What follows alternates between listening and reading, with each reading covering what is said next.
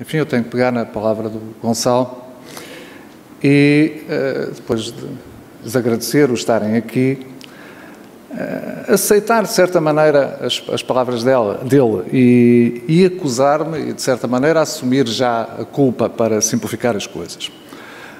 A culpa de um dia ter entendido ser a tecnologia ESRI a melhor tecnologia de sistemas de informação geográfica do mundo. Até hoje, nunca foi desmentido. Culpado de um dia ter acreditado constituírem-se os sistemas de informação geográfica algo de distinto, que nos permitia ver o mundo de outra maneira. Também até agora não foi desmentido. E também de ter querido beneficiar e mostrar a todos quão podemos beneficiar da introdução desta tecnologia. Acuse-me, mas há um ponto que não me acusem, que é de não ter querido trazer todos comigo. Mas fizemos durante estes anos centenas de projetos, centenas de excelentes projetos, alguns dos quais do melhor que se tem feito no mundo, alguns ainda absolutamente pioneiros neste mundo. Mas, apesar disso tudo, também não sou dado a grandes nostalgias. Há 25 anos, sim, nós e o mundo éramos diferentes. Por um exercício de memória, poderíamos procurar rememorar quanto todos, mais o mundo, éramos há 25 anos. Mas que sentido é que isso tem? Eu poderia ter, sabendo bem, todos nós, como a nossa memória não é nem linear, nem fotográfica. E, sendo criativa, tantas vezes nos atraiçoa. Poderia eu dizer que há 25 anos imaginava, 25 anos passados, estar exatamente aqui onde hoje nos encontramos, nesta sala, neste enquadramento e nesta circunstância?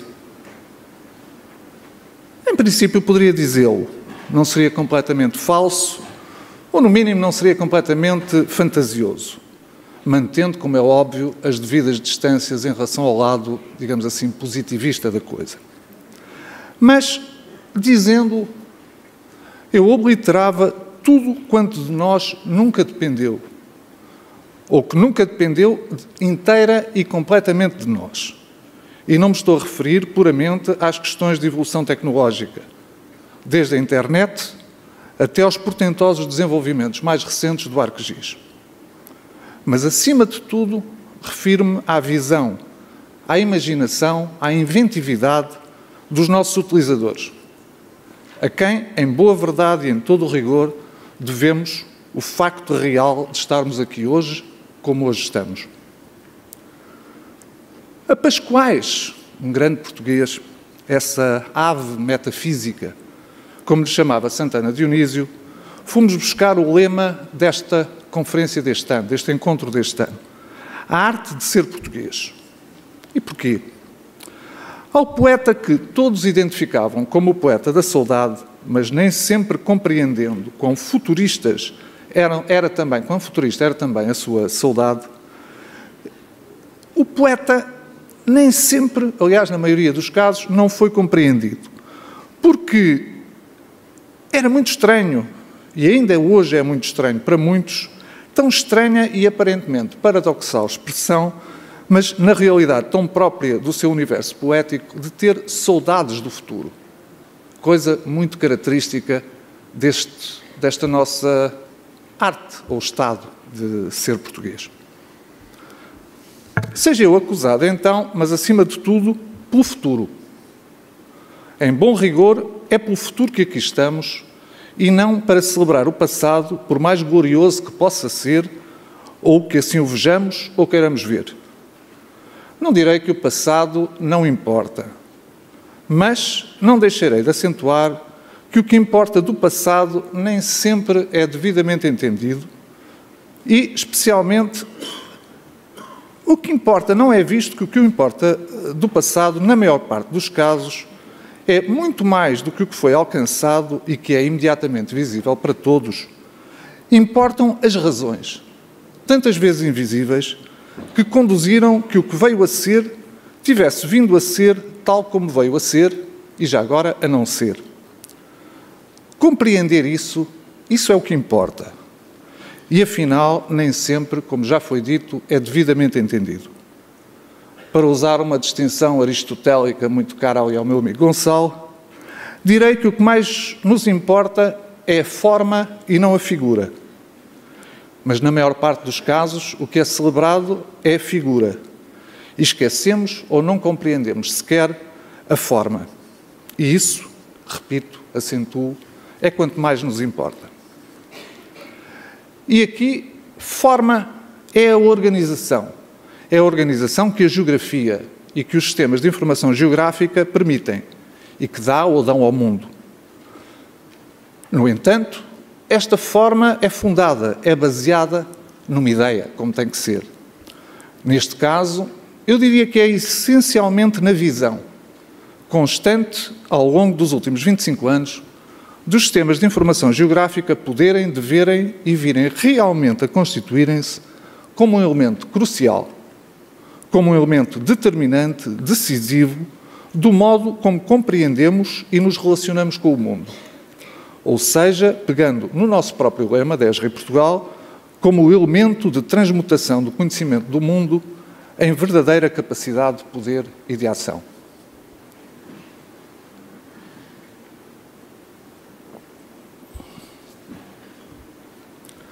Hoje, julgo, poucos contestarão esta visão. E ao longo dos últimos 25 anos, como julgo também, soubemos provar como empresa estarmos certos, com a ajuda, naturalmente, dos nossos extraordinários utilizadores, tal como ao longo de todos os encontros de utilizadores tem ficado igualmente provado, sem margem para a menor dúvida, e como neste 10º encontro, uma vez mais, será com toda a certeza patente. Interessante, entretanto, é que nestes tempos de desafio, como eu prefiro chamar estes sombrios dias que estamos a viver do ponto de vista económico, a importância dos sistemas de informação geográfica mais ainda se afirma. Em termos tecnológicos, atingiu-se um estado de maturidade, quase diria a toda a prova. Refiro-me, naturalmente, à tecnologia ESRI, como sempre, muitos passos à frente da concorrência, seja ela qual for. E não me refiro apenas, e uma vez mais, ao imediatamente visível. À homogeneidade de uma mesma plataforma, dos sistemas móveis à cloud, e às capacidades únicas, tanto de integração com terceiras tecnologias, como de partilha de dados, de informação, de modelos, e com as consequentes possibilidades de uma tão extensa quanto profícua cooperação conjunta entre os mais diversos e dispares atores. Mas, acima de tudo, pelas capacidades analíticas sem paralelo, que proporciona, permitindo de facto uma compreensão do mundo, do que se passa no mundo e de como se passa o que se passa no mundo, igualmente sem paralelo, conferindo, por consequência e concomitantemente, uma capacidade de ação igualmente sem paralelo. E bem precisamos dela. Em Portugal, o caso que mais nos preocupa, ou ocupa, como é evidente, muito têm ainda os sistemas de informação geográfica a contribuir por muitos e bons anos. Mas, se a sua contribuição nem sempre tem ido tão longe quanto gostaríamos de ter visto já ido, é devido, por um lado, segundo queremos, à falta de uma verdadeira doutrina e consequente política no que à informação geográfica respeita. E, por outro, à assunção, por parte do mundo empresarial, da necessidade de um rigor económico e de gestão que alguma ausência de concorrência e largos anos de expansão não obrigaram determinantemente. E ainda haverá, com certeza, algum desconhecimento das verdadeiras capacidades dos sistemas de informação geográfica. Repito, com certeza, mas esse desconhecimento também se vai reduzindo. E a percepção das suas extraordinárias capacidades, mesmo como ferramenta de gestão, não deixa de se ir alargando, como todos quantos aqui estão e que são igualmente a fonte primordial dessa evangelização, por assim dizer, se nos é lícita a expressão.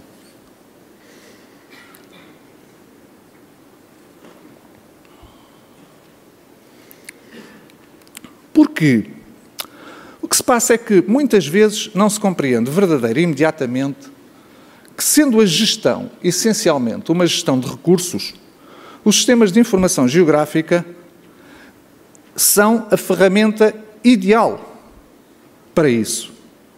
Como ferramenta de gestão, nós temos potencialidades de validar, de conhecer, de gerir mais uma vez esses recursos esses que se passam no mundo. E o mundo é o mundo dos sistemas de informação geográfica. Alguns desses notáveis exemplos podem ser vistos aqui, seja o caso da Galp, do Porto de Sines, da Symington, para referir por agora apenas esses três, mas bastará consultar o programa para outros e não menos notáveis logo descobrirmos. Mas seja como for, independentemente disso, o que eu quero ressaltar aqui é que, de um ponto de vista de gestão, os sistemas de informação geográfica são vistos muito ainda como aplicáveis só à gestão de recursos naturais, quando não mesmo tão somente a meras questões de localização ou de otimização de percursos e consequente ajuda à navegação, sem se compreender verdadeira e imediatamente que como eu referi, essa gestão dos recursos é a essência de um sistema de informação geográfica, tornando-o no mais poderoso sistema de apoio à decisão e gestão da atualidade, porque recursos, repito, é o que há menos e o que nós mais temos que gerir. Mas, enfim, não vale a pena estar aqui a ensinar ou a tentar ensinar a missa ao pároco, porque todos quanto aqui estão, tão ou mais do que eu, têm perfeita consciência disto. No que respeita à questão da doutrina e consequente política nacionais, a questão é um pouco mais subtil. Ao longo destes anos, muito se fez, sem dúvida. Em muitos momentos, como nação, fomos mesmo pioneiros. Mas, não obstante, logo depois, nunca chegámos tão longe quanto os primeiros promissores passos prometiam. E porquê? Na minha humilde opinião, exatamente por falta dessa mesma doutrina e consequente política. Um exemplo típico disso é, ainda hoje, a ausência do Cadastro Predial Nacional. De um ponto de vista técnico, a questão não se afigura ter particulares dificuldades, embora, de um ponto de vista jurídico, pareça um pouco mais complexa. Mas, como todos sabem, mais logo ao final da tarde iremos ter um debate sobre o cadastro. E quanto me importa aqui destacar, não são tantas suas especificidades que serão então tratadas, obviamente com a devida autoridade, conhecimento e competência dos respectivos participantes, mas sim um dos aspectos de importância da sua execução, que, como também todos sabemos, serve múltiplos propósitos, como seja a de se constituir como elemento axial do ordenamento do território, por extensão, de todas as políticas de ordenamento do território, que, se entendidas de um ponto de vista mais elevado, correspondem a um ordenamento económico, social e até mesmo político-administrativo ou político tout court, dotando-nos de uma visão una do todo nacional, como nenhum sistema terá capacidade de oferecer. Todavia, para além da execução do cadastro territorial, reportando-nos aqui tanto ao território emerso como ao território imerso, como mais logo será conversado, indiscutivelmente um dos grandes desafios que todos temos pela frente, não menos importante nem menos significativo, é igualmente o desafio de unificação, integração e harmonização da informação territorial, sendo este um desafio que consideramos primordial e urgente, para usar a terminologia em voga nos círculos políticos.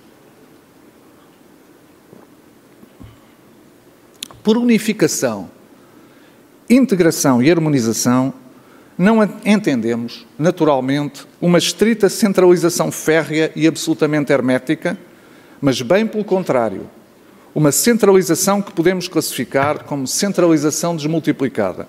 Isto é, um sistema que se diz centralizado, virtualmente centralizado, porque o que se dirá do todo se dirá da parte e o que se dirá da parte se dirá do todo, como em qualquer verdadeiro sistema. Mas desmultiplicado porque em nada beliscará a perfeita individualidade das partes, tal como é próprio do Uno, se nos é permitido tal analogia. Ilustrando com um exemplo concreto para tornar mais perceptível quando queremos dizer.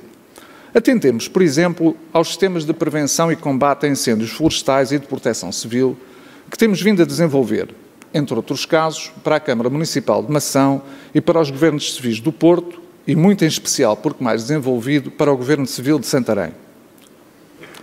Não vou falar da nossa estranheza por o sistema de Mação nunca ter sido replicado em nenhuma outra autarquia, e mais ainda, quando são citados em Portugal exemplos como de Castelo Leão, ignorando a anterior e muito superior caso do município de Mação. O importante é que o sistema poderá ser tão mais perfeito, avançado e eficiente quanto mais integrar uma vasta partilha de informação, como acontece neste caso, que possa ter desde a informação de cartografia militar do IGOE, dados do Instituto Nacional de Estatística, previsões meteorológicas, dados até do novo ICNBF, o novo Instituto de Conservação da Natureza, Biodiversidade e Florestas, para além, de claro, de dados e informações próprias, e nomeadamente operacionais, para dar apenas alguns exemplos evidentes da imprescindível vantagem da integração de informação, sem qualquer preocupação de exaurir a lista. Há uns anos, esta linha que preconizamos há muito pareceu começar a ser seguida. Houve várias coisas aconteceram, houve até um protocolo assinado entre o Ministério da Administração Interna e o, penso que à época, Ministério do Ambiente e Ordenamento do Território e das Cidades, mas não sabemos se isso aconteceu, nem pretendemos que tenha sido por instigação nossa. Mas o que é importante é que este tipo de cooperação institucional deveria prosseguir. E mais do que prosseguir, devia ser objeto de elaboração de uma verdadeira doutrina e de uma consequente política nacional de informação geográfica.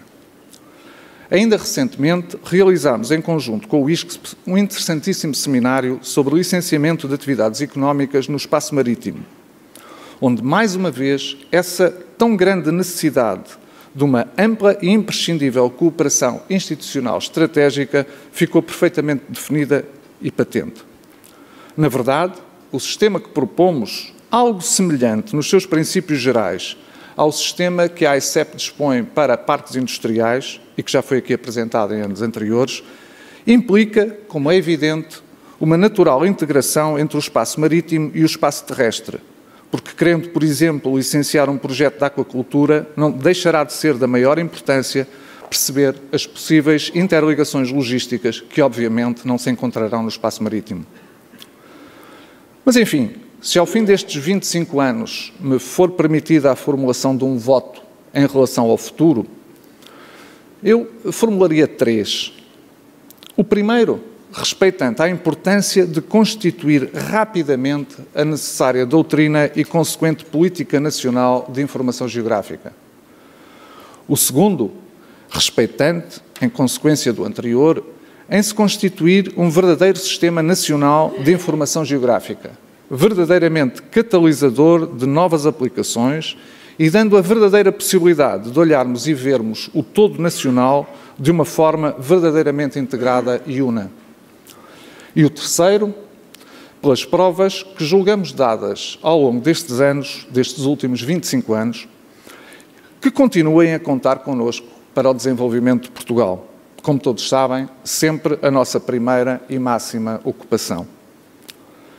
E para além disso, indo ser longos estes próximos 2 dias, que todos temos a certeza, espero, não deixarão de ser igualmente exaltantes e altamente profícuos, mais não me resta por agora do que desejar-lhes a todos um excelente encontro de utilizadores 2011, o 10º, no ano em que cumprimos 25 anos de existência e agradecer o excepcional apoio que temos tido ao longo destes mesmos 25 anos. de todos vós e dos muitos que hoje não tiveram possibilidade de aqui estar. Repetindo o que eu tenho sempre dito, como diziam os antigos, carpe diem, aproveitem o dia ou estes 2 dias. Já disse. Muito obrigado, bom dia.